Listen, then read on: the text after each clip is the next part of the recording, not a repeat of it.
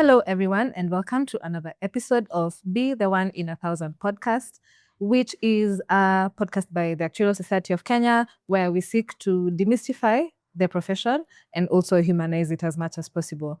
With me today is David Limo, who's a qualified actuary, and I'll go straight to reading your bio. Please feel free to add or remove anything that I might mention that you do not feel aligns to who you are. Okay. So David is a qualified actuary and an accountant by profession. He has close to a decade and a half of experience managing financial liabilities and providing investment mandates on assets. He is also passionate about leadership development. He has mentored and developed more than 5 qualified actuaries and currently mentoring another 22. His major achievements include balance sheet restructuring for a composite insurer, where they developed liability sub-funds complete with their ALM frameworks, which greatly improved investment performance for their funds, and transition from net premium reserves to gross premium reserves and deploying market consistent embedded value. He also possesses great creative abilities. He's been in the film business as a creative director. He's conceptualized a movie and co-wrote it, a film actually. And he's also building a handcraft leather business. That's quite impressive, David. Welcome to this episode. Thank you so much, Kadeen. Have I left out pleasure. anything? Pleasure to be in the podcast. Yeah. No, you've not left out anything. I think maybe the only other thing is most of the work was done as at preterm, but now I work at Jubilee as a group chief actuary, Okay. where I manage the entire facets of the insurance work, and also helping the business in terms of strategy, new products, and looking at how do we expand the business. Okay. So we'll go straight to it. Where does your actuarial journey begin? When do you decide, this is it? It's a good question, and I think my first time I heard about actuarial was in high school. So it was, I think we were in form 3 in high school. Yeah. And one of the prominent actuaries, Sandeep Raichura, Wow. had come to my high school to give a talk about actuaries and whatnot. And Sandeep started talking about probabilities of dying and all that. Most of us switched off, including myself. We just slept most of that interview that Sandeep did. Sorry, Sandeep. But I'll come back to that. So fast forward in fourth form, when we were choosing subjects, I didn't know what to do. My elder siblings had done medicine. I didn't want to do medicine, so I was there. So when you're doing that selection period, one of my former classmates by the name Farhan Qureshi. So I asked him, "What are you going to do?" And I told you about he's going to do actuarial science. And then I asked him, "What is that?" That's why he told me, "Hey, when you're in form 3, there's a guy who came talk about actuarial science and all that." So through that, I developed that interest. So what is it? Because I could see during our time, actuarial science had the highest score for you to get into actuarial science. The university scores actuarial science was top. I was good in maths and I was performing well. So I said, let me do this. So I did some research help through my parents, finding out what is actuarial science. Yeah, that's how I started my actuarial journey, and joined the University of Nairobi. Back then, there was a 2-year gap between high school and then university. So that time I went and did. I remember at some point, I think in June of the year after fourth form, there was a prize giving. We were invited to school. Yeah. So I asked my friends, "What are you guys doing?" "Oh, somebody's doing this, somebody's doing that." I'm just sleeping at home and helping with a few things. That's when I started my accountancy profession. That's why I started doing ACCA. So I did that ACCA, continued with it into high school, into university, and then finished. And that's when I started the actuarial papers. Yeah, so it took for me a while. So remember, interesting thing is when I started the papers, university, I would say we were jokers, but I will not say a lot. A few of my friends, others were very focused, and you should meet some of them. I'll give you some of the names.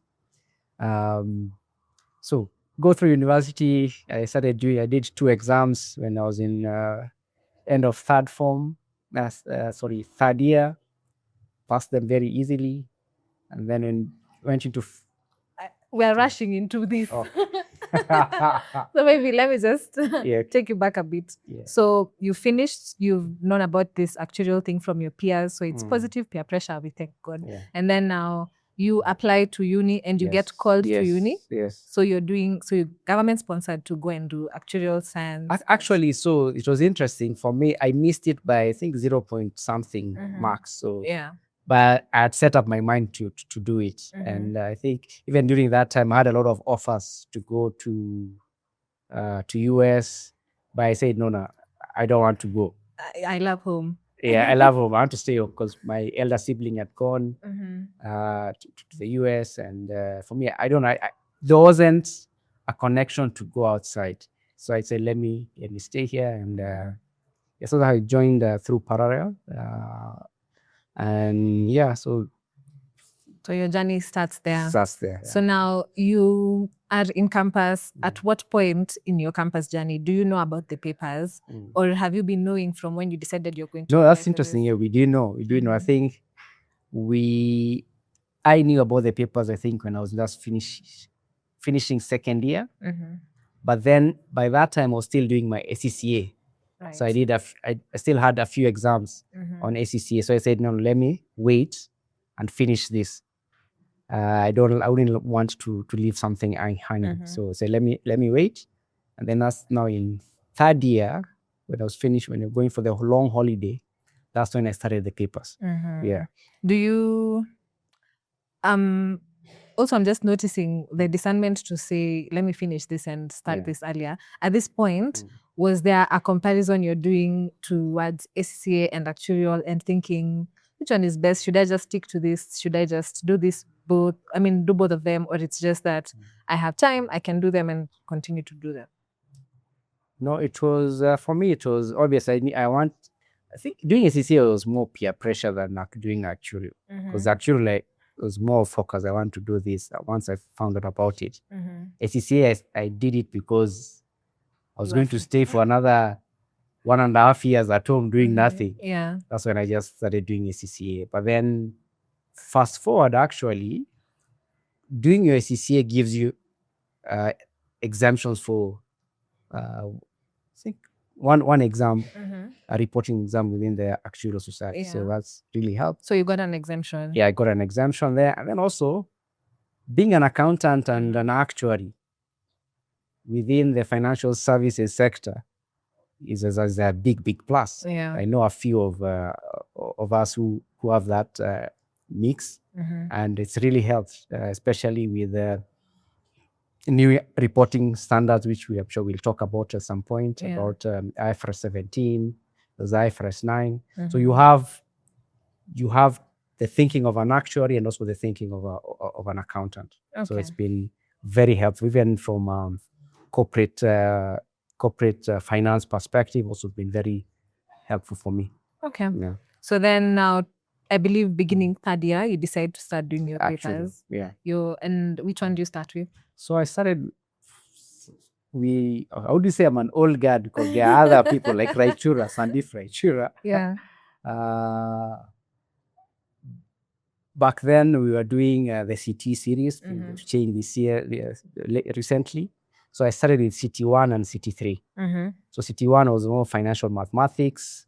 CT3 was probability and statistics, which were the mainstay of the university courses. Yeah. So for me, I found them very easy. Because you could connect. They could connect. Even you didn't do a lot of studying and all that.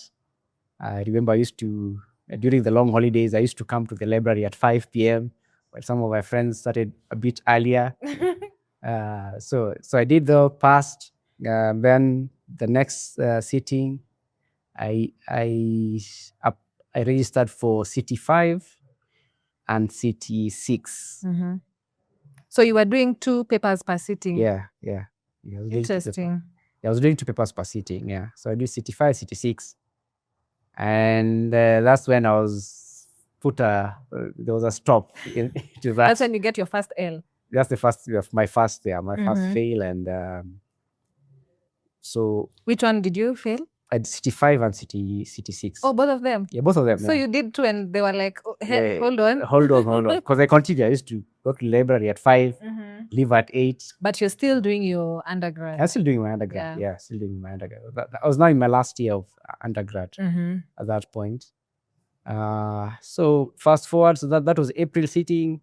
September sitting, I just say, but I failed these ones. Let me just redo them. So I'll just do a few questions here and there, and voila. I failed again. Both of them. Both of them again. Yeah. So both of them. So failing is part of the activity. But I know a few people who have not failed, and I'll give you names. Right? Yeah. I know a good friend of mine. So just to take you back to now, you starting the papers. By this time, who is funding this? So it was more of hustling a bit, and also help from my parents. So yeah, so in in university, I sort of started some small businesses. I was doing some farming. I did some tomato farming, so that really helped. I also sold. Don't know whether I should say this. Yes, tell us. That time, iPhone 1 had just come out. Yeah, iPhone 1 had just come out. And our friends from China, they also came up with their version. It used to be called Y-phone. Okay. So I used to sell those ones. You used to sell Y-phones? Y-phones. I used to sell Y-phones. Yeah, so that's how I used to. And at this time, how much is it? What's the cost of doing one paper? By that time, I think it was, I remember, like, is it 60 pounds? Okay. Yeah, 60 pounds. So by then, maybe it was like 8K, 8,000, 10,000. And you're not paying for any study material, so you just need to pay for the papers. Yes, so just pay for the papers. Yeah. Good. Yeah. So now you failed twice. So I failed twice. And so that's when I realized, hey, okay, this thing it's not like university exams where you just read for 2 weeks. So at that time I finished campus, and then start looking for work. During that time, I worked for one of the oldest pension schemes, the Teleposta pension scheme, with a few friends of mine. Very good stories. I don't think that's part of. I have quite a number of friends. Yeah. So during that time, then I did one exam. I did the economics paper, passed, and then around that time I joined Britam. So I joined Britam with three exams, and Britam was very, very big on actuarial exams. Yeah. So now you finished campus. You've done Teleposta for how long? Maybe 4 or 5 months. Okay. Yeah. As an intern, or it was just I could say that. How do you get to? And we are being paid weekly. Oh, so okay. Come on, Jengo. The wages. They really paid wages. So we really paid 500 double per day, and we used to pay every 2 weeks. Yeah. And those times there were no remote working, so you have to. No, you have to go. You have to go. You have to go. We used to wear overalls, dust masks. Teleposta pension scheme is an old scheme. Okay, so why do you need dust masks? Because the files are old. Oh, okay. Yeah. Oh, you're now doing the cleanup. The cleanup, and also updating benefits. Yeah, updating benefits. Yeah. So we had a template from back then. It was Alexander Forbes, currently Zamara. So we had templates that they had given us to fill member details, and then it does the calculation and all that. How do you get that role? How did you get that role? So that role is, I think, one of the guys at the scheme knew, I think, reached out to one of our professors in campus. The professor reached out to me, and it's interesting. Top scorer. Yeah. I don't know how he got my number, because as I said, I was really a joker in campus. Really? Yeah, I was. You're not coming off as such, but okay. I was, but yeah. So that was just after finishing fourth form. That's when they reached out to me. Now fourth year. Yeah, no, after fourth year, yeah. They reached out to me and then they told me, hey, we've heard that you are the guy who can make things happen. So they told me we need 7 to 8 people to come and help us do this. I said, got you. So I tell a few of my classmates, hey, so you are the plug. Yeah. I found you a job, guys. So come, let's go and help Telepost with this. Yeah, so I assembled the team, went, we were told what to do, and yeah, so we did what, yeah. So we helped them update all the members, details, and so Telepost, the office was at GQ. Yeah. Still is. So the files were in the ground floor. We were working, I think, on the 14th floor. So we used to go carry the files, and it was an interesting job. No elevator. Used to be, okay. Just use but the then lift. you have yeah, to, okay, yeah, okay. You yeah. still have to do it was an interesting. So it was gave you some aspects of what does a pension admin does. Yeah. Very important. Automation. Yeah. Okay. Yeah. So that after that I went to Aon Benefits. There I was a claims clerk, claims assistant. So I used to punch in invoices from hospitals and all that. So again, very useful in terms of understanding what is the process behind. Okay. From a claims perspective. So now you join AON as a claims analyst. Yeah. At this point, are you still doing the papers? Yeah. Or you've taken a break? No, still doing. I think that's when I did my economics paper. And then stayed there for 2 months and then joined Brigham. Are you applying for these jobs? Are they headhunting you? Do I even remember? I remember Aon we were called because a friend of ours used to work there, so told us and asked us to apply. Guys, there's this thing at my job. Yeah. So even Brigham, again, when we were at Teleposta pension scheme, one of the guys just said, have you seen this job from Brigham? And then say, some of us hadn't seen it, so they asked us to send the CV. So we sent the CV to Brigham, and I think 2 months later, that's when they were called. We did the interviews with a few of our friends. 2 of us got it. Then one of us decided to leave for further studies outside. Yeah. So joined Brigham with 3 exams, and Brigham was very big on actuarial exams. They're just starting the actuarial department. They had a team of 4. And a qualified actuary who later on became the CEO, who really mentored most of us. Yeah. So in Brigham, that's when I did most of my exams. Okay. Because now at that point, our scorecard. You evaluated against your papers. Yes. How much? So the chief actuary, then very good friend, decided 50% of the scorecard would be passing exams. Okay. How many in a year? No, you decide. You decide. You just pass. So you say you're going to do this paper, you've passed. If you pass, you get full marks there. So it was that was one of the most, it's like a wake-up call. Hey, this thing is important. Yeah. So if you don't pass, automatically you're sort of on PIP because 50% is crazy. Yeah. So that's why I really focused. And I think then I did, that time I think I did CT5 and CT6. Again? Yeah. And you passed this time? I failed CT5, passed CT6. Okay. Yeah. And then the next round I did, I think CT4, CT8, passed that one. Next I did CA1, which was one of the toughest exams. I passed that one. Why was it tough? Huh? Why was it amongst your toughest papers? Which one? CA1. CA1. Yeah. One, because they actually say if you pass that one, you become an actuary. Okay. Yeah, because it's there's a lot of application. You need to apply the knowledge that you've gathered on the CTs to real life situations. Okay. And yeah, so that's why it forces you to think outside the box and even imagine a situation. Like I remember one of the questions in that exam was, during that time the London Olympics was happening. So you are told you are part of the organizing committee of the Olympic torch. What risks do you see in that needs to be managed, and what mitigation? So you need to put yourself really there. apply. Yeah. That's why I think one of the times, so very voluminous and wide.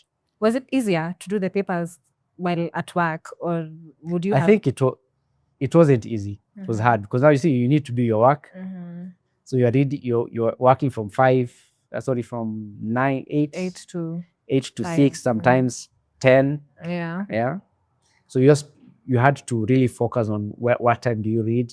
That's when I really switched my reading strategy. So I started reading very early. I used to get to the office at 5:30, read until 8:30, and then now continue with work. Yeah. And then even you can just go home, maybe do 1 or 2 hours. I think for me that was very critical. Yeah. And I remember, as I mentioned, I think university exams, while they were tough, but you could maneuver. Yeah. There are ways you could maneuver. Now for this ones, they don't repeat questions. So I used to tell myself, I'll give myself 1 month just to do revision and question practice and all. I think that's what really changed for me. Okay. But from that on, I think I went only and failed one exam later on. After passing most CA1, CT5, everything else was a bit. Yeah. So I passed CT5. I passed CT5. So people were asking me, how are you filing this thing? But for me, it was, I remember the story about Sandeep talking about probability of death. Some of those things, they really confused me, and the annotation and all that. But just needed just to focus and you'll pass. So so then I did CA1. The next sitting I did ST5.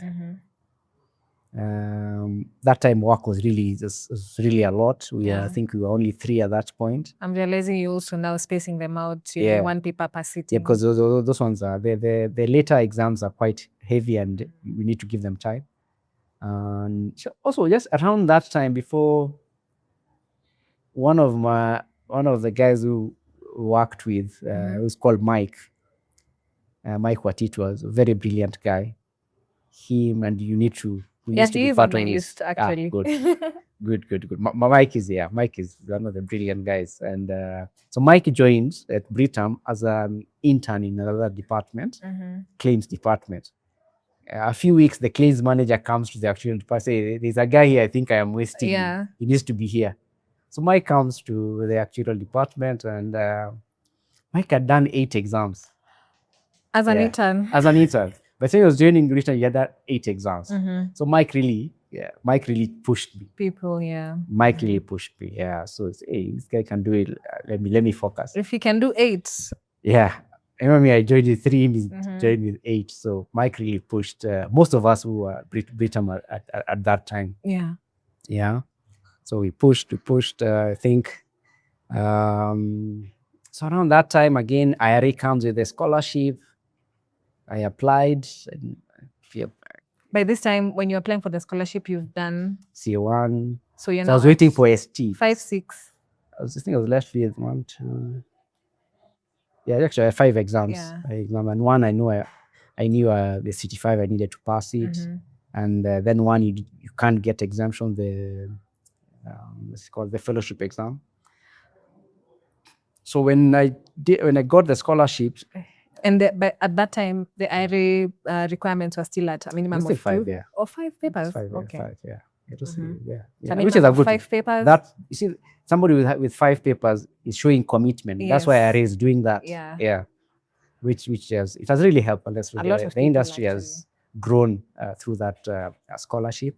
But for me, I had to decline it. Because, I had to decline it. Why? Reason being is, so when I got because now those other exams were a bit tough and all that. But then at that time I'd done ST5. It was one of the specialist technical exams. And my boss just told me, "Hey, David, okay, I know you've got this scholarship, but let's talk after the results." Okay. I was not hoping. I was really, because that period was very tough for us. I didn't know I was going to pass, but it came and passed. And so they told me, "Hey, what are you going to do in London?" Masters. Yeah. So because by that time now, I could only get exemptions for actually just Two more? two or three Mhm. exams, serious exams. Yeah. Then I just said, let me stay. And You really were not for going. yeah. You had decided. Yeah. I love him. I love home. I think that theme also comes out because many opportunities like that one came, and Yeah. but I had to explain, especially my parents, why I also was not going. And yeah, so during that time, then I started reading for ST9. ST9 is an enterprise risk paper. It's very tough. But when I got the scholarship, I paused. And then a few months later, when I decided I'm not taking it up, now I needed to register for an exam. The exam, yeah. So the window was very short. I think remember I started reading for the ST2, the specialist life exam, around mid-August. And you're sitting in September? In September. Okay. Late September. Yeah. So for me, that was a very trying time. A very, very trying time. And hopefully I passed. So I think, it was the right decision. Yeah. The right decision. I don't really regret it. And then for that, now I came back now to CT5. So I did CT5 and the fellowship exam. You took time. You were like, I just said, you pack, focus, stay in the corner. We'll be back We'll be back. So now I'd left with the practical exams, the CA2, CA3, and now the fellowship exam and CT5. CT2, I got exemptions because of ACCA. Yeah. So CT5 and SA, I do them in April. I've passed CT5 finally. I'm caught with this SA fellowship. So I repeat it in September, I pass. That's the same time Mike also qualified as an actuary. So you ended up qualifying around the same time? No, if me, I'd still lose the two exams. Yeah. So I did the two exams, so SA2, CA2 and CA3. Currently, I think it's CP2, CP3. So it's the modeling exam and the communication exam. Yeah. So I passed the modeling exam. And then the communication exam became a long marathon. So I think I did it. I passed it on the 4th or 5th attempt. Wow. Yeah. Also, just the determination to do it. Yeah. At some point, I said, I'm not doing it. And I come back, I do it because I need to finish. Yeah. By this time, I mean, you're already far too deep. I'm so too deep. This thing is just preventing me getting some of the roles, the bigger roles, chief actuary and all that. So I do it. I think I finally passed it in 2019. My journey started in 2009. Okay. It was 2010. 2010 while you were in campus. Yeah, in this campus. So okay. It took 2010 took 10 years to qualify. Yeah. Wow. And the 5 years of that is the communication exams. Well, I was wondering, maybe I was talking Kali. I don't know. I'm going to ask, why do you think it took you so long with this paper? But I don't know, honestly. I really don't know. And personally, I'm not the person who would go and ask for a remark and all that. If I fail, I failed. If somebody else has passed because of one or two things. But by this time, once you start your employment, you're financing this yourself. No, a good thing now with the bigger employers, Britam, Jubilees, the Sanlams, All Mutuals, the bigger employers, actually even CIC, those ones support you. Yeah. So Britam, for example, because that's where I did all my qualification. You used to pay. If you pass, you get reimbursed. They refund you. Okay. With no limitations or them retaining you for a certain period. No. Okay. Even Jubilee, I think Jubilee has one of the best actuarial support. The awards, because again, they'll pay for you. You do it. I think they'll have two or three attempts. For that, you're on your own. And then again, the awards. And I'm getting from again this big companies, Jubilee and the rest. For each exam pass, you get a raise. Yeah. Oh, okay. Yeah. So that really helps, and that's why they have the bigger teams and things are thriving. Happier teams. And happier teams. Yeah. Okay. So So now it's taken you 10 years Yeah. to become qualified. Yeah. And so I'd say 5 years. It took me 5 years to do the written exams, and then this one exam that took you 5 years to do this one.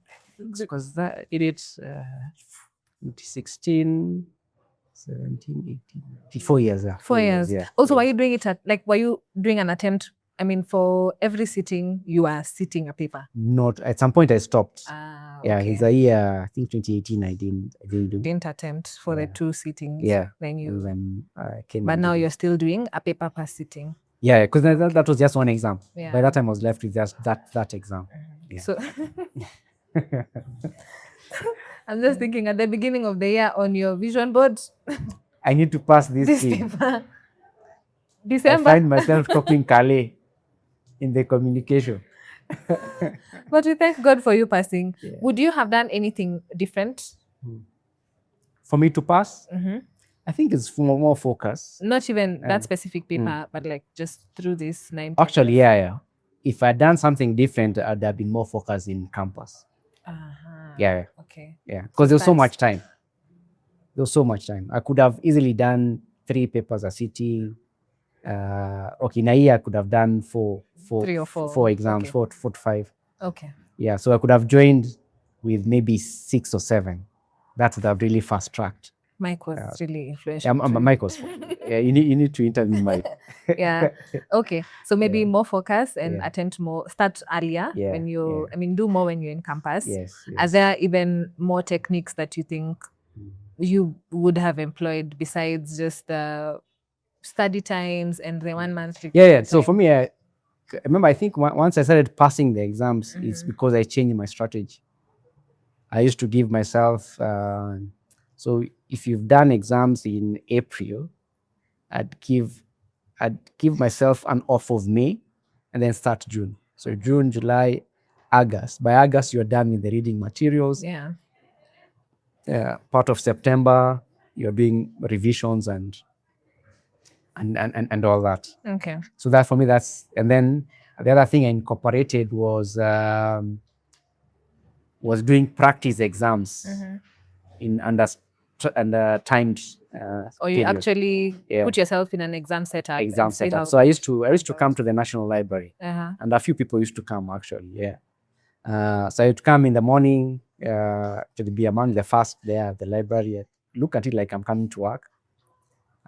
So during those periods of where I'm doing my revisions or practice question, I do a practice questions from 9 to 12. Go for lunch. In the afternoon, I'm marking it. Oh, wow. You'd mark it yourself? Yeah, mark it myself. Yeah. So do you have any study groups, or you're just fully depending on yourself and maybe online material? Back then, I think we were very few, so you just depend on your own. But now I think... Yeah, now they think there's some support here and there. Yeah. Would you I also supported people like now, for especially for those higher exams. So I'd ask them to do an exam, and then I'll mark it. So that's what happens in your mentorship group. You've said you're supporting now. Yes. How many are you supporting at the moment? Here, here at BPL, we have a team of maybe 18 plus. That's nice. Yeah. Okay, so you're paying it forward. Yeah. Okay. Yeah. And I tell people, I think it's one of the few professions you pass an exam, you get a raise. Yeah. Why would you leave money on the table? Right. You've been given, but you're living. So now that's how you even maneuver through your titles from when you joined Britam to when you were living as their chief actuary. So it's just, you do a paper, you get a raise here. You get promoted here and there. Yeah. Because remember, the actuarial profession is like, I don't know whether I'll demean it by saying it is like carpentry. If you're told to make a chair, if you've not made it, if we've not seen somebody do it, or if you've not been taught how to do it, then you'll not do it. Yeah. So if I tell somebody to price this product, if you've not done the pricing exam, then on what basis are you priced? Yeah. Okay, so that was also going to be my next question. Yeah. Do you think your day-to-day activities sort of like reflect what you went through with papers? A lot. Like just today, we were pricing a product with one of the biggest pension schemes, one of the jurisdictions. So you see, you're pricing, you're looking at what are the incidence rates, what are the average costs. So the actuarial exams and the actuarial profession is very practical. Yeah. So you can't do level 2 when you've not done level 1. Okay. Yeah. So you can't be able to price a product when you don't know how to do reserving, because you need to incorporate the aspect of reserving in your price. So it's very practical, and hence the reason why you do it as you progress. Okay.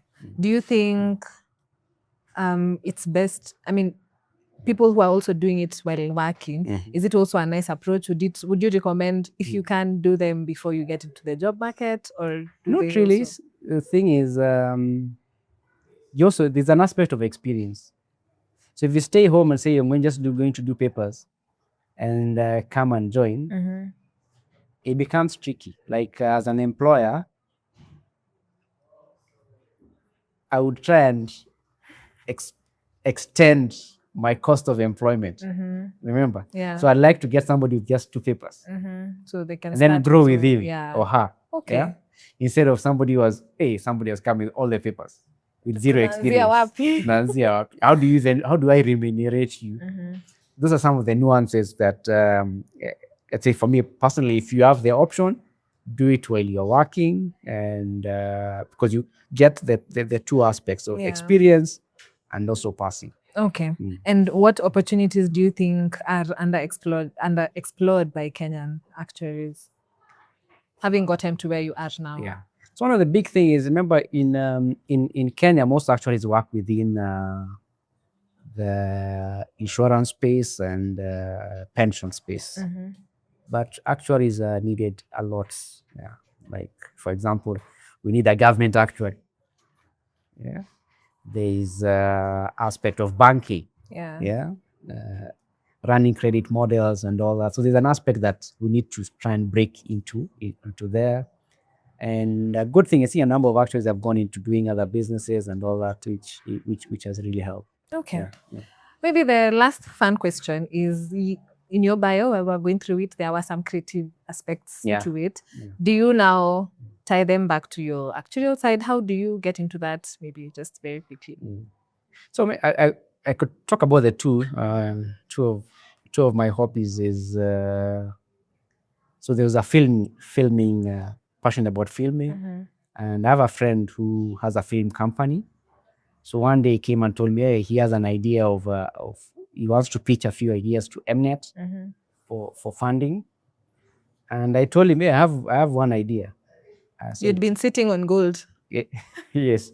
So I told him, I have one idea. I said, what is it about? It was about cash rustling. I come from Baringo. You know about cash rustling.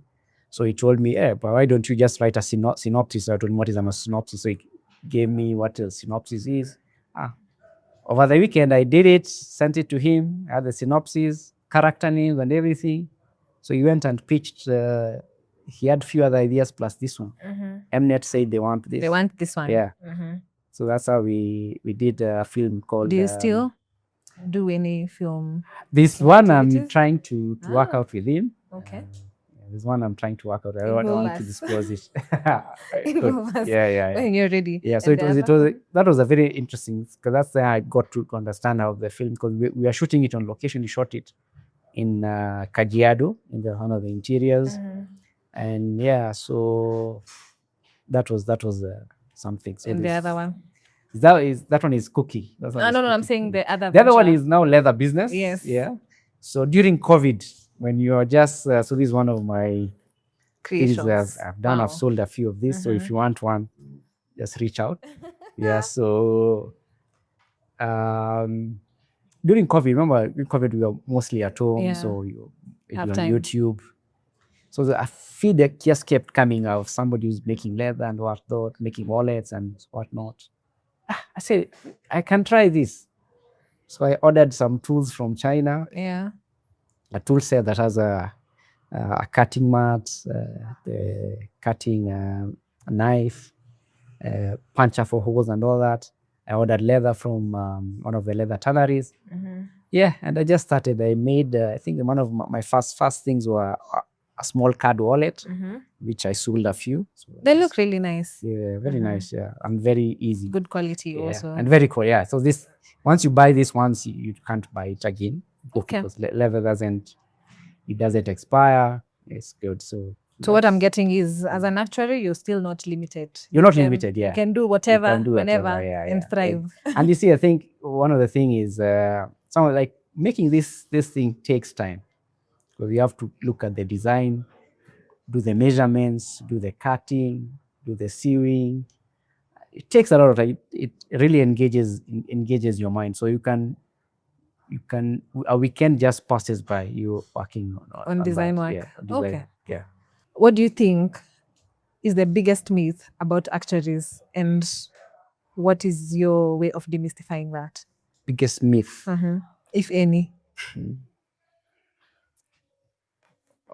Interesting. People say actuaries are snobs. Yeah.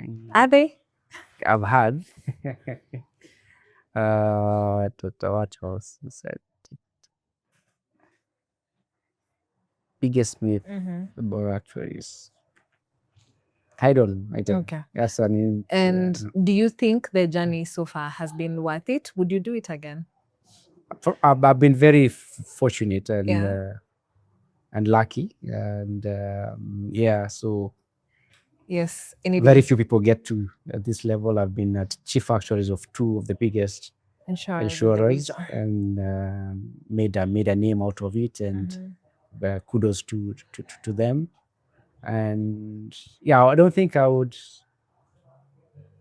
have still been an actuary, but maybe focus more of creative things and all that. But again, for me, it's been a very rewarding career. Yeah. Very rewarding career. I think it's one of the careers where the business really trusts your judgment.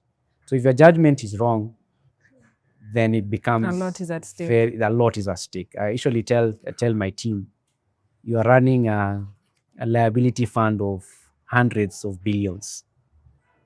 A 1% error is 1 billion. Yeah. Yeah.